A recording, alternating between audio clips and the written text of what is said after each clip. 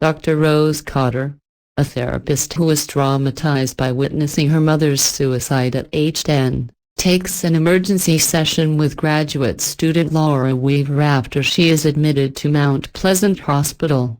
Laura, who witnessed her professor Gabriel Munoz bludgeon himself with a hammer just a few days earlier, frantically claims she is being haunted by a malevolent presence whose curse has consumed her life and no one but her can see. Although Rose diagnoses her as having hallucinations, Laura insists that the entity has the power to appear as in other people wearing an eerie smile. Claiming she is about to die, Laura suddenly freaks out, then begins smiling ominously before cutting open her neck with a broken vase shard in front of Rose. One of the detectives who interviews Rose about Laura's death turns out to be her ex-boyfriend Joel. Still shaken by what she saw, Rose recounts what Laura told her about supposedly being cursed by an evil presence with a haunting smile. Rose begins seeing Laura smiling at her in various places. The visions inspire Rose to look into Gabriel Munoz's suicide, and she learns Gabriel was also smiling strangely immediately before he died. Rose checks on her patient Carl Rankin, who was previously admitted to the hospital for a manic episode. Carl smiles ominously and begins threatening and terrifying Rose, which causes her to call security. Orderlies restrain Carl, but it turns out Rose only imagined his aggressive behavior. Believing that Laura's shocking death may have caused a mental breakdown, Rose's boss Dr. Morgan Desai puts Rose on 1 week's leave. Following another frightening vision of Laura, the security alarm goes off while Rose is home alone. An operator from the security service seemingly calls Rose with a taunting message. The real operator calls Rose shortly thereafter. After her fiancé Tilda copyright Trevor returns home, Rose notices her cat is missing. Trevor has to calm Rose when she becomes suddenly spooked again while reviewing audio from her session with Laura. Concerned for her own mental health, Rose visits her former therapist Dr. Madeline Northcott. Rose explains she is having hallucinations, which Madeline attributes to Rose's long-standing guilt over her mother's intentional overdose. Madeline denies Rose's request to prescribe antipsychotic medication. Rose and Trevor attend a birthday party for Rose's 7-year-old nephew Jackson at Rose's sister Holly's house. Guests are mortified when Jackson opens Rose's gift to find her dead cat packaged inside, vehemently insisting she isn't responsible. Rose trips and falls through a glass table after another vision of Laura terrifies her. With her sanity unraveling, Rose tries to tell Trevor about the supposed curse that plagued Laura apparently being passed on to her. Trevor dismissively accuses Rose of inheriting mental illness from her mother and of killing their cat.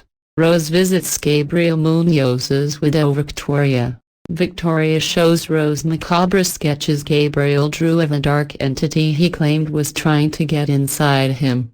Rose also learns Gabriel was traumatized by the death of his brother 20 years ago, and he began ranting about the curse after attending a conference where he saw a woman kill herself.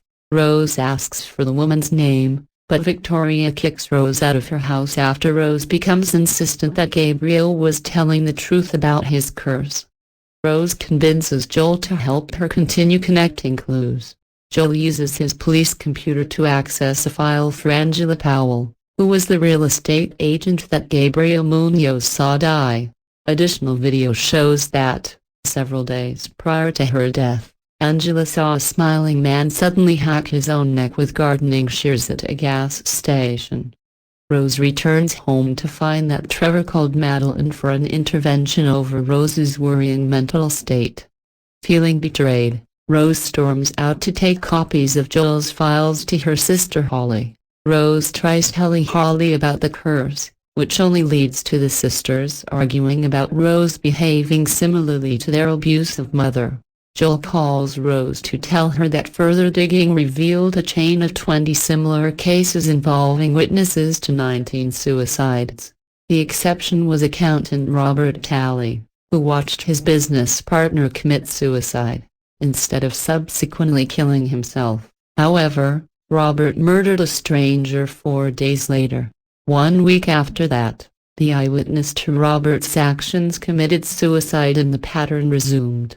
Joel takes Rose to see Robert Daly in jail. During the drive, Rose tells a disbelieving Joel that she thinks the entity possesses people before they kill themselves, and she worries her time with the curse is almost up.